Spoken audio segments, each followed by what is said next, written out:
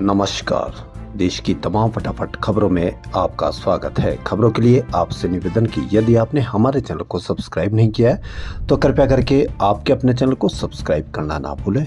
आप सब्सक्राइब करते हैं तो हमें हिम्मत होती है सही और सच्ची खबरें आप तक पहुंचाने की, वरना मीडिया में किस तरह की खबरें दिखाता है यह आप भली भांति जानते हैं।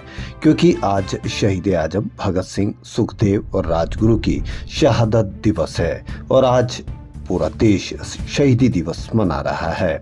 शहीदी दिवस पर ही कम से कम शहीद आजम भगत सिंह के बारे में और जो महात्मा गांधी के बारे में झूठ फैलाया गया या उस तरह से भ्रम फैलाया गया कि भगत सिंह को बचाने के लिए महात्मा गांधी ने क्या किया क्या नहीं किया। होना ये चाहिए था कि आज तो कम से कम शहीदी दिवस पर भगत सिंह को बचाने के लिए महात्मा गांधी ने क्या किया और दूसरे लोगों ने क्या किया, इस पर अवश्य यदि आज मीडिया दिखाता तो ऐसा लगता है कि मीडिया में लेकर आपको चिंता है, लेकिन मीडिया को आपको लेकर कोई चिंता नहीं है। मीडिया वही प्रोपेगेंडा पर काम करेगा, वही गलत सूचनाएं देकर आपको भ्रमित करेगा। यह आपको पता चल गया हो तो ठीक, वरना आपको पता चलेगा, लेकिन हो सकता हो कि ऐसा नहीं हो कि फिर कोई देर हो जाए। तो इसलिए क्या है आज की बड़ी खबरें।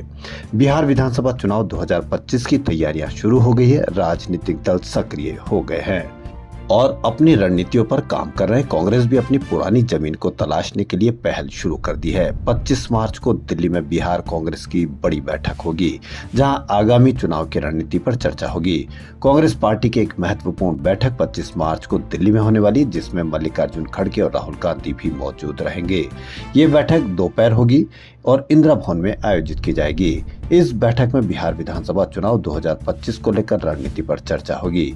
पार्टी ने पिछले एक महीने में अपने प्रभारी और प्रदेश अध्यक्ष में बदलाव किया। 25 मार्च को ये बैठक होगी और किन मुद्दों पर होगी, यह इंडिया गठबंधन बिहार में चुनाव लड़ेगा, किन मुद्दों को जोर से उठाने की जरूरत और इंडिया गठबंधन का आकार और संरचना बिहार में कैसी होगी, इन सब बातों पर कांग्रेस की बड़ी बैठक में चर्चा हो सकती है। बिहार में चुनाव से 8 महीने पहले कांग्रेस ने अपना प्रदेश अध्यक्ष बदलकर सबको चौंका दिया था।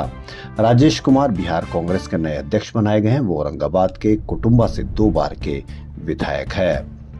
शहीद आजम भगत सिंह, सुखदेव, राजगुरु की शहादत दिवस पर आज शहीदी दिवस मनाया जा रहा है। इस मौके पर शनिवार को दिल्ली में आम आदमी पार्टी ने शहीदों के नाम एक कार्यक्रम आयोजित किया। इस कार्यक्रम में आपके राष्ट्रीय संयोजक और दिल्ली के पूर्व सीएम अरविंद केजरीवाल के साथ साथ उनकी पार्टी के कई नेता शामिल हुए। कार्यक्रम के दौरान अरविंद केजरीवाल ने भगत सिंह, सुखदेव और राजगुरु की शहादत को याद करते हुए कहा कि साथियों, आज हम अपने आदर्श शहीद आजम भगत सिंह को श्रद्धांजलि अर्पित करने के लिए उपस्थित हुए हैं। जो सपने स्वतंत्रता सेनानियों के मन में थे, आज वो सपने उल्टी दिशा में जा रहे हैं। केजरीवाल ने बोले कि जेल से चिट्ठी लिखने पर मुझे शो कॉज नोटिस दिया गया। इस मौके पर अरविंद केजरीवाल ने भगत सिंह की जेल यात्रा का जिक्र, अपने जेल काल का किस्सा भी सुनाया। केजरीवाल ने कहा कि जब मैं जेल गया था तब मैंने एक चिट्ठी लिखी थी एलजी साहब को। 15 अगस्त के मौके पर मुख्यमंत्री झंडा फहराता है। मैंने कहा कि आतिशी को झंडा फहराने दिया जाए, लेकिन एलजी साहब तक चिट्ठी नहीं भेजी गई। मेरे ऊपर शो कॉज नोटिस जारी किया गया एक चिट्ठी के लिए। दिल्ली हाईकोर्ट के जज जस्टिस यशवंत वर्मा के बंगले के बाहर रविवार को सफाई के दौरान सफाई कर्मचारियों को 500 रुपए के अर्धजले नोट मिले। सफाई कर्मियों ने बताया कि 4-5 दिन पहले भी हमें ऐसे नोट मिले थे। ये नोट सफाई के दौरान सड़क पर पत्तों में पड़े हुए थे। इससे पहले 21 मार्च को जस्टिस वर्मा के बंगले से 15 करोड़ रुपए कैश मिलने की बात सामने आई थी। 14 मार्च को होली के दिन उनके घर में आग लग गई थी। फायर सर्विस की टीम जब उसे बुझाने गई तो स्टोर रूम में उन्हें बोरियों में भरे 500 रुपए के अर्धजले नोट मिले थे। 22 मार्च को सुप्रीम कोर्ट ने जस्टिस वर्मा के लुटियंस दिल्ली के घर से मिले कैश की जांच रिपोर्ट सार्वजनिक कर दी। इसमें कैश का वीडियो भी है, साथ ही 3 तस्वीरें भी जारी की गई है। इसमें 500 रुपए के जले हुए नोटों के बंडल दिखाई दे रहे हैं। रिपोर्ट में कहा गया है कि 14 मार्च को जस्टिस के घर आग लगने के बाद फायर ब्रिगेड की टीम वहां पहुंची थी। आग पर काबू पाने के लिए 4-5 अर्धजली बोरियां मिली, उनके अंदर नोट भरे हुए थे। इस पर जस्टिस वर्मा ने कहा कि ये नोट उन्होंने या उनके परिवार के लोगों ने नहीं रखे। स्टोर रूम में कोई भी आ जा सकता है, मुझे फंसाया जा रहा है। तो उनको यह भी पता होना चाहिए कि कौन लोग उनको फंसा रहे। थोड़ा बहुत तो शक होगा जो कि मीडिया को बताना चाहिए या नहीं, यह आप किस तरह से कह सकते हैं, इस पर भी आप अवश्य कमेंट करें। जम्मू कश्मीर के कठुआ जिले में आतंकवादियों और सुरक्षा बलों के बीच मुठभेड़ चल रही है। फायरिंग में 7 साल के एक बच्चे के घायल होने की खबर है।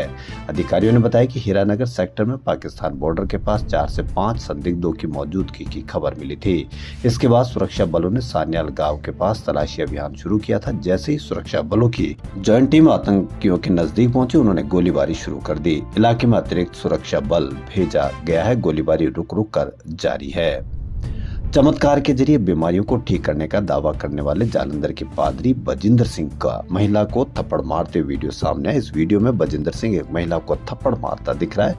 इससे पहले उसने बच्चे के साथ बैठी इस महिला के मुंह पर कॉपी भी फेंक कर मारी। यह वीडियो 14 फरवरी का है। घटना बजिंदर सिंह के चंडीगढ़ ऑफिस में हुई। इसमें वह दफ्तर में लोगों से गुस्से में बात कर रहा है।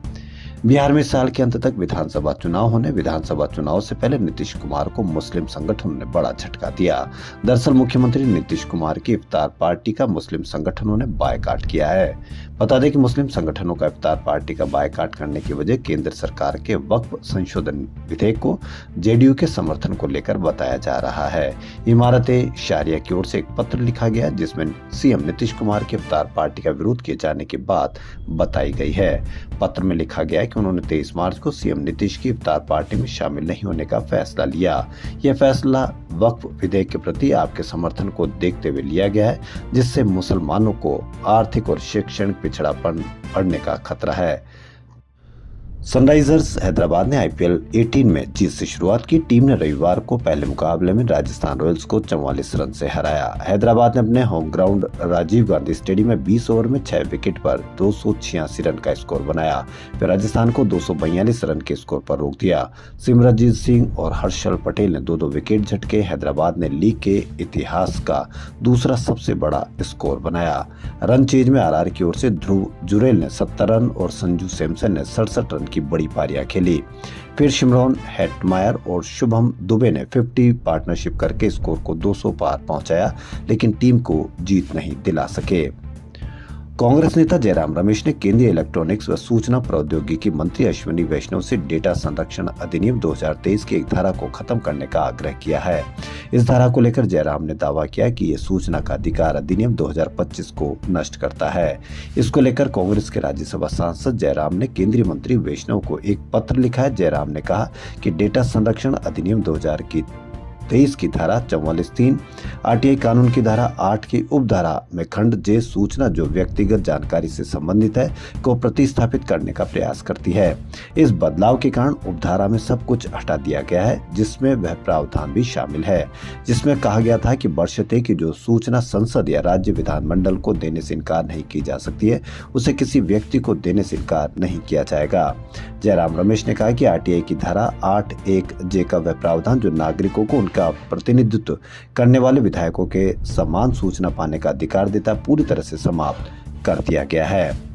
खबरों फिलहाल इतना ही। यदि आपको हमारा चैनल पसंद आए तो एक बार पुनः आपसे निवेदन, सही और सच्ची खबरें और उन खबरों को जो आपको दबाई जा रही है, छिपाई जा रही है, उन खबरों के लिए आपके अपने चैनल को सब्सक्राइब करना ना भूलें। धन्यवाद।